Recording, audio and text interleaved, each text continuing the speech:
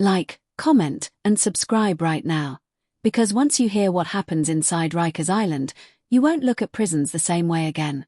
Inside Rikers Island. One rule that gets you killed. The call came in just after midnight. A corrections officer had found an inmate collapsed on the cold concrete floor of a housing unit that was already known as unstable. No cameras in the corner where the body lay. No witnesses willing to speak. Just silence, broken only by the buzz of fluorescent lights and the distant echo of metal doors slamming shut. Inside Rikers Island, silence is never accidental.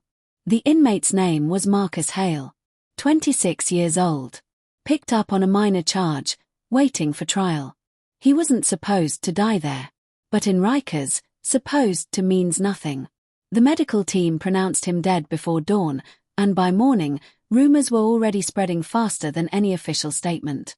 The whispers all pointed to the same thing: Marcus had broken the rule. Rikers Island isn't governed by the rulebook posted on the walls. It runs on an unwritten code, passed quietly from cell to cell, enforced not by guards but by inmates themselves. New arrivals learn it quickly, or they don't last long enough to learn anything at all. Marcus had arrived just 3 weeks earlier, wide-eyed and trying too hard to stay invisible. According to other inmates, he asked the wrong question, spoke to the wrong person, at the wrong time. Detectives assigned to the case immediately ran into resistance. Guards avoided eye contact. Inmates refused interviews. Surveillance footage conveniently cut out during a routine maintenance issue. It wasn't the first time. Rikers had a long history of incidents that never fully added up, each one buried under paperwork and delayed reports. As investigators dug deeper, a pattern began to emerge. Every unexplained injury, every sudden death, every medical emergency seemed to trace back to the same invisible line inmates were never supposed to cross. Respect. Silence. Mind your place. Break that rule, and the system didn't just fail you, it turned away. By the end of the week, Marcus's family demanded answers. The jail offered condolences but no clarity. And then, late one night, an anonymous note appeared in an internal mailbox. 6 words, written in shaky ink, changed the direction of the case entirely. Marcus talked when he shouldn't have. And when investigators realized what that meant, they knew they weren't just dealing with a death, they were staring straight into the most dangerous rule inside Rikers Island. The anonymous note sent shockwaves through the investigation. Marcus talked when he shouldn't have wasn't just a warning, it was a confession without a name. Detectives now understood they were chasing something far bigger than a single death. Inside Rikers Island, talking wasn't just discouraged. It was punishable.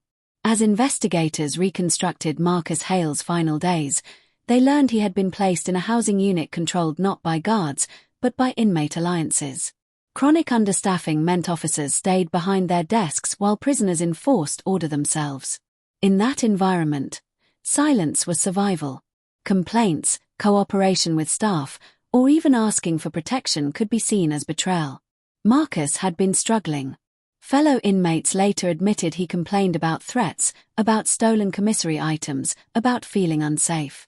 At some point, he spoke to a guard. It wasn't dramatic. No formal report. Just a quiet conversation during count. But in Rikers, walls listen. And word travels faster than help.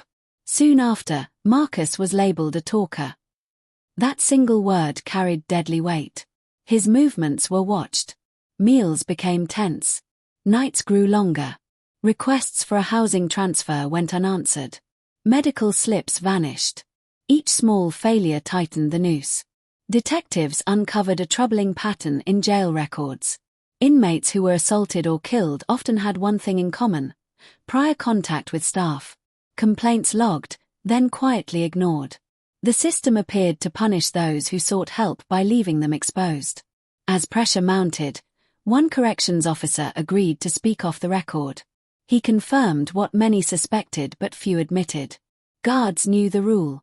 Some even warned new inmates in coded language, handle your problems inside. Translation, don't talk to us. Then another development hit. Surveillance logs showed Marcus had been moved from his bunk hours before his death. No paperwork explained why. No guard signed off. Someone had access. Someone had power. And as investigators traced that unauthorized movement, they realized Marcus hadn't just broken the rule once. He had done it twice. The second time sealed his fate. The unauthorized bunk move was the turning point. Investigators now believed Marcus's death was not spontaneous violence, but a coordinated message. Inside Rikers Island, messages don't come in words, they come in blood. As detectives followed the paper trail, it led to a familiar dead end. Missing logs, incomplete reports, and officers who suddenly couldn't remember details. The deeper they pushed, the clearer it became that fear wasn't limited to inmates. Guards were afraid too, afraid of retaliation, afraid of being labeled unreliable, afraid of becoming targets themselves. Meanwhile, tension inside the jail escalated. Another inmate was hospitalized after a fall. A housing unit went into lockdown following an unexplained fight. The rule was being enforced loudly now. Silence spread like a disease. A breakthrough came when an inmate transferred to another facility agreed to talk. He described how Marcus had been warned indirectly. A shove in line. A stare held too long. A phrase whispered as lights went out, "You already talked." In Rikers, warnings are optional. Consequences are not. The inmate also revealed something darker. Certain prisoners acted as enforcers, unofficially maintaining order in exchange for protection and privileges. Guards didn't assign them roles, but they didn't stop them either. It kept the jail running with fewer staff. Violence became outsourced. When investigators matched this testimony with phone records and movement data, the picture sharpened. Marcus had been isolated deliberately, surrounded by people who knew exactly what he had done and exactly what was expected next. But the most disturbing revelation came from medical records. Marcus had requested care the day before he died, complaining of chest pain and anxiety. He was never seen. The request was logged and ignored. By the time help could have arrived, the rule had already been enforced. And Rikers Island moved on, as it always did.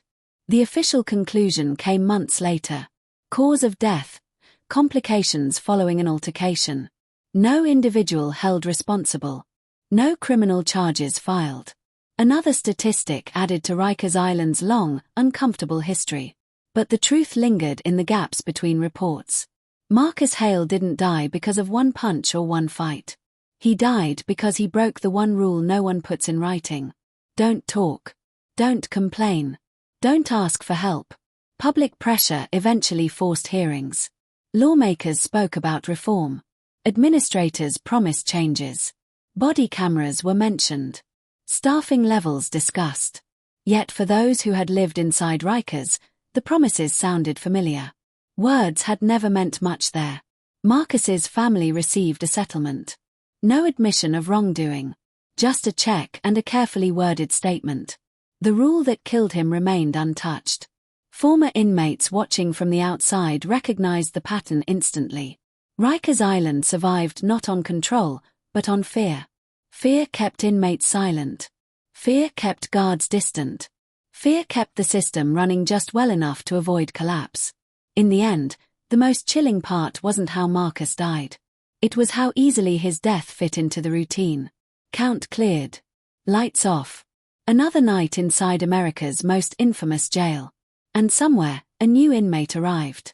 Confused. Afraid.